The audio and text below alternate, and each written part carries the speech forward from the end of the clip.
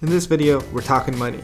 I got paid $662 US for a delayed flight from Europe to Asia, and this is what happened. The EU has a law where if a flight is delayed for a certain amount of time, for a certain amount of distance, you get paid based on the time and distance. They do have caps on it. The highest you can get from this is 600 euro, and that converted is 662 US dollars. And I got that, and you can too. So what you really need to know is your passenger rights. Europe has strong passenger rights. If flights are delayed within Europe or departing from Europe to any other non-European airport, you're eligible for compensation. This happened to me on my flight from Doha to Hong Kong. I know that flight isn't starting in Europe, but the ticket did. The ticket started in Europe. If you're lazy, like me, or many other people in the world, you're not going to check if you're eligible for flight compensation. That's why there's Compensair. Compensair will check for you for free. If you make a claim with Compensair and you're not eligible for a payout, you don't have to pay anything. It's completely free and it only takes a minute to see if you're eligible. Now, if you are eligible and you will get a payout, Compensair will take a 25% cut of whatever you make. So if you're eligible for 100 euros, 100 US dollars, whatever, they'll take 25 bucks. So that's 25% from whatever you get. As a service, it's pretty good if you're just leaving money on the table anyway and you weren't gonna check. There is a time limit to these claims. You can't claim a flight like more than a year later. So you're gonna wanna complain right away. And if you just go on the Compensair website, you could do that in just a minute. Personally, I haven't used them before because I'm cheap and I'd rather check myself. But if you don't got the time, check out Compensair. My flight ticket was from Vienna to Doha, connecting in Doha for 7 hours, then Doha to Hong Kong, then Hong Kong to Taipei. All that in business class on Qatar Airways, and the last segment on Cathay Pacific in business class using 75,000 American airline miles and around 160 US dollars. There's a close-in booking fee with American Airlines and United Airlines. It's kind of a scam, but basically if you book an award ticket within 3 weeks of departure, they charge you an additional $75. I don't know of any other airline that does that with miles, but yeah, it sucks. The best time to book is when you're sure, and last minute you're sure. So you don't have to pay any change fees or cancellation fees. That's why I prefer booking last minute. You're probably wondering, I'm on this award ticket, I'm using miles, am I still eligible for this compensation? Yes. This doesn't only apply to Qatar Airways, but it applies to any flight starting in Europe, and even if it ends in another country outside of Europe, you're still eligible. If you're flying completely within Europe, you're entitled to 125 euro. If your delay at your arrival is 3 hours or greater, 200 euro. If you're flying all within Europe and your delay is 3 hours to 4 hours, you're entitled to 300 euro, but your distance has to be greater than 3,500 kilometers. Now for the good part. If you're flying from Europe to a non-EU country, that's when you make the big bucks. So for flights more than 2 hours and 1,500 kilometers or less, that's 250 euro. For 4 hours or more, from 1,500 kilometers to 3,500 kilometers, that's 400 euro. For 4 hours or more, at a distance greater than 3,500 kilometers, that's 600 euro. The one thing airlines will never tell you is when you're due compensation. I've had compensation before, but I've always had to complain. I've had to complain about delayed flights, canceled flights, rerouted flights, and all the associated costs. I've also had lost luggage, and every time I've been compensated when I knew to ask. It's happened, first started traveling, I had some lost luggage, but I didn't know to ask for compensation. I just had to wait. They didn't provide anything or tell me what my options were. So the best thing that you can do is be informed. You should know that you're due compensation anytime an airline messes up. That comes to delays, canceled flights, lost or delayed luggage. I booked an award flight from Vienna, Austria to Taipei, Taiwan for 75,000 American airline miles, $86 in taxes, and another $75 in close-in booking fees. That applies to American Airlines when using their miles, and also United Airlines when booking flights 3 weeks before departure. It's kind of a BS fee because no other airline does it, and they just want to extract more money from you. So what I do is extract more money from them by getting maximum value from using their reward flights. American Airlines is part of the One World Alliance, where you're allowed to use their partner airlines for flights. So American Airlines, even though I'm using their miles, I don't have to necessarily just fly American Airlines. I can fly any of their One World partners like Qatar Airways, Japan Airlines, British Airways, Cathay Pacific, Malaysia Airlines, and a few more. In total, it was about 23 hours in travel time, but it ended up being 30 due to these delays. This is what happened. Vienna to Doha, completely smooth flight, that was on time, not a problem. But after spending 7 hours in the Doha airport lounge, which is fantastic except for the food, when it was time for boarding, I proceeded to the gate B3. That's what the board said, that's what I heard, so I went to B3 for my gate. I get there. No one boarding for Hong Kong. A little worried? I asked one of the people working the desk there, where is my flight? They say, oh, it's been changed to A7. Qatar needs to get together. Got to gate A7. They said move to B3. Went to B3. They said it got moved to A7 and it was a mistake on the board. So, just so you know, A7 to B3 is a 20-minute walk with no shortcuts. Oh well, that's what the speeded expressway is. Still 20 minutes. With only 20 minutes left for boarding, I'm panicking because if I miss that flight, that's on me. I have to pay for another flight. I don't want to do that. So I run to B3. I get there. Still no flight for Hong Kong. I asked the person working the desk there, going to Hong Kong. They said it's here. Where is the gate? Just panicking, full of anxiety. I'm tired, I'm sweaty, just running around this airport, and probably ran like 5 miles within the hour. They tell me, it's at A7. And I say, no, it's not. That flight's going to Frankfurt. Can you please look again? I'm just holding all this stress inside me not to like freak out, like just tell me where the gate is. So they look like, oh, I see. Oh, that flight is delayed 6 hours. Why didn't you just tell me this? So first off, Qatar Airways is very poor at conveying information to anybody. They knew well in advance that this flight was going to be delayed because the plane has not arrived or departed from its previous destination. It's very frustrating, but it pays off. The lady working the desk there tells me you'll need a new ticket and you have to go to the sales office in the airport.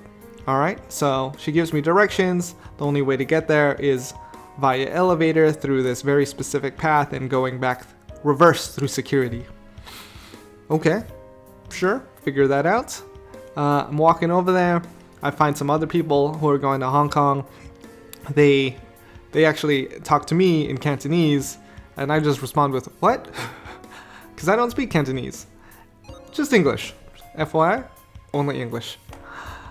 So they're asking about, oh yeah, they were also on the canceled flight. We're just talking a little and we're trying to figure out how to get back reverse through security. We see some other people, we start following them.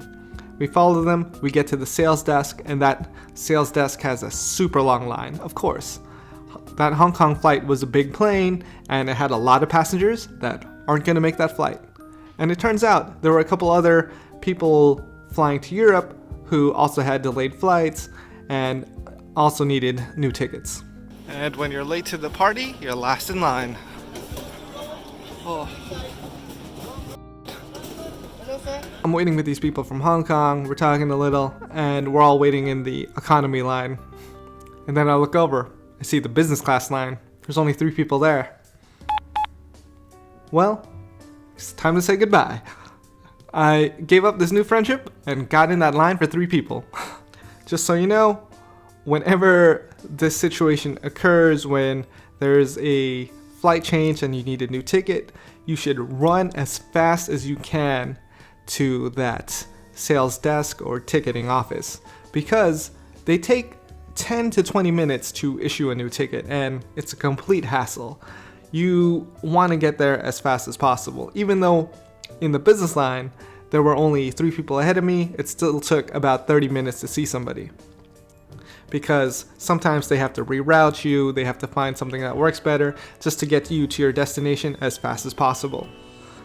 So when it's finally my turn, I'm talking to the sales manager, James. He has to restart his computer because the computers are down or slow. Typical problem at airlines. I'm not sure if that's a real thing. Please tell me if you work for the airlines and maybe that's a BS move or they just want to take a break. But yeah, he's restarting his computer. He's talking to me like, yeah, sorry about this. Things are just crazy. The flight didn't depart. There's a lot of craziness in Hong Kong. I'm like, okay. And yeah, his calm demeanor really calms me down and tells me what's going to happen. He tells me that it's going to get me a new flight. I'm still going to make it to my destination. The layover will only be 2 hours. I'll be at my destination 10 hours past my original plan, but I'll get there. And he'd get me a hotel. So, okay, that sounds awesome. Hotel, meal vouchers, and transportation. So that sounds great. Really happy about that. And then I have to wait in another line to get those vouchers. So after waiting 30 minutes in line and 20 minutes of talking to the sales desk, I jump in another line for the comped hotels, meals, and transportation, which takes another 40 minutes. After waiting 40 minutes in that line, the person working the desk tells me that you have to have a layover or delay of at least 8 hours to be eligible for a hotel. And I just die a little inside again. I was like, but lady, I just waited 40 minutes in this line and the sales manager said I was eligible. And she said, yes, I'm sorry, there's nothing I can do. I was like, okay. She said, well, here's some meal vouchers. I see you're flying in business class. You'll probably like the Qatar Airways Business Lounge more. And I've already been there for like 7 hours, so I'm in for another 6. I'm like, okay, that's fine. So I was like, you know what? Yeah, I'll take the meal vouchers. Let's see how this works. I'm just kind of curious to see the experience for economy class passengers in this delayed situation. So she tells me that the meal vouchers are attached to my boarding pass, and all I have to do is give them my boarding pass at the restaurant and they'll scan it and then deduct that meal voucher. I'm eligible for 100 Qatar dollars in food credits, which is equivalent to 27 US dollars. And it turns out in Doha, that's not a lot. That's not a lot of money because you can't get too much. I was eligible for 2 meals and I went to the restaurant. The restaurant is only buffet style and it's a whole package set. You can't get any drink you want. You can only get soda fountain drinks and this prepackaged meal set, buffet style. So just scrambled eggs, potatoes, some sausage, and a little cake. That's it. Very disappointing. I ate some of it and then left and went back to the business class lounge. I'm very sorry if you're flying in economy because they don't treat you that well in that airport when you have delays. It's pretty brutal. Another thing, if you happen to be in that situation, you could always try and complain for more. What I would have done if I was in economy, I would have demanded a pass to the business class lounge so I can relax, since Qatar Airways was at fault for this massive delay. Obviously, they don't want to share as much compensation with everybody, so It's something they kind of keep quiet, but it is possible. It is possible to do that. Back at the lounge, I actually explore more of it, find out it's much bigger than I thought, and find very restful sleeping areas. The food was still not too great, so I didn't eat too much. I didn't eat at the airport because it's very expensive. And then I went back to the sales desk to get my remaining tickets. The sales manager was only able to get me a partial ticket to Hong Kong, and that might have still been delayed, so he didn't want to lock in my ticket to Taipei because the transfer time might have been too tight. I go back to the sales desk, run into the same sales manager, and he helps me out. Very professional, easygoing, and had a very calm demeanor, so it really helped all this anxiety. During my time in the lounge, I was doing research on EU compensation, and I find out on Qatar Airways, their website actually lists all these details, which means if you're flying from Qatar Airways out of Europe, you should be eligible. So as the sales manager is issuing my new ticket to Taipei, I ask him like, hey, I see my flight falls under the EU 261 regulations, and who do I see about compensation for this delayed flight since it was greater than 4 hours at a distance also greater than 3,500 kilometers. And he tells me he doesn't know too much about it, of course, because he can't say, yes, you're definitely getting compensation and have a great day. You can't tell people that. You want people to not research it, you want to downplay it as much as possible, because if I knew I was getting compensation, I would have told everybody in that line to make sure they get what they deserve. An extra 600 euro for this massively delayed flight. Because delayed flights cause everyone time and money. If you're going back to work, you lose a day of work. If you're going on vacation, you lose a day of vacation. And if you're on vacation, your first night at that hotel, even though you have a delayed flight, you're still paying for it. There's no refunds. And I'm really glad that Europe has this law where you're eligible for a cash payout. He tells me he doesn't know too much about it, but he gives me the business card of the Qatar Airways support, and here it is. I also found them on Twitter and gave a commendation to the sales manager, James, because he did such a great job. So whenever you're impressed by like an employee at a hotel or airline, feel free to message them on Twitter and give them all the details you can. It's just a really nice way to say thank you for your amazing service. I do that every now and then when something's pretty amazing. And this guy really helped me out because, you know, you're stressed out, you're tired, you're sleepy, you just want to let all that stress out by yelling, but he just kept things calm and very straightforward as far as this is what's happening and this is how we're gonna solve it.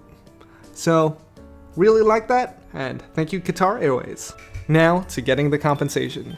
Now that I had all this information, he told me that I had to save all my boarding passes, old and new. So what I did was I took a picture of all of them just to make sure I still have them digitally, since I have to send that out to support anyway.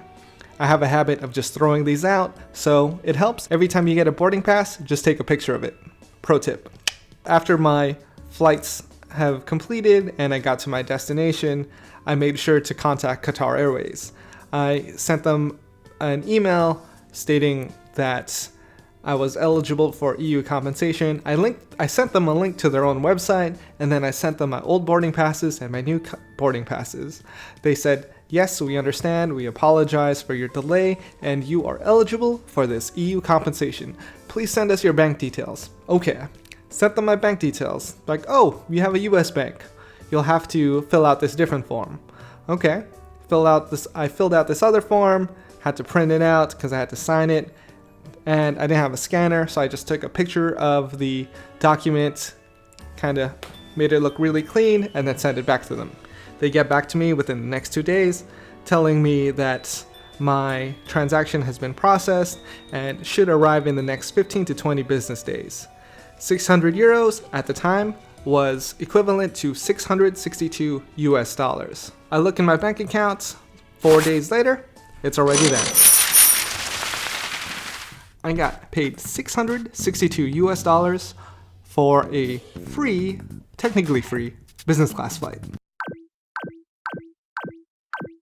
And that's it for this travel hack. If you're interested in more, subscribe and I'll be giving more details in the future about other travel hacks where you can earn money for flying. Another thing I forgot to mention, a lot of people are eligible for compensation. If you're flying on miles or for work, all passengers have the same rights. You don't get less rights because you're flying for free or someone else paid for it. So if you're flying for work and you have this massive delay, you could be eligible for compensation where you get paid out for that delay. Even though work paid for that ticket, they're not getting that money because they weren't the passenger. It's just a great bonus if you're flying out of Europe anyway. Europe has the best laws. You won't see this type of law ever in the United States, even though there's massive delays and cancellations and overbookings all the time. But you can still complain and get compensation. And if you're looking for someone to make that compensation claim for you, Compensair will do it. Alright, until next time, I'm Dan, and that's a travel hack. Alright, I don't have a good closing statement, but subscribe!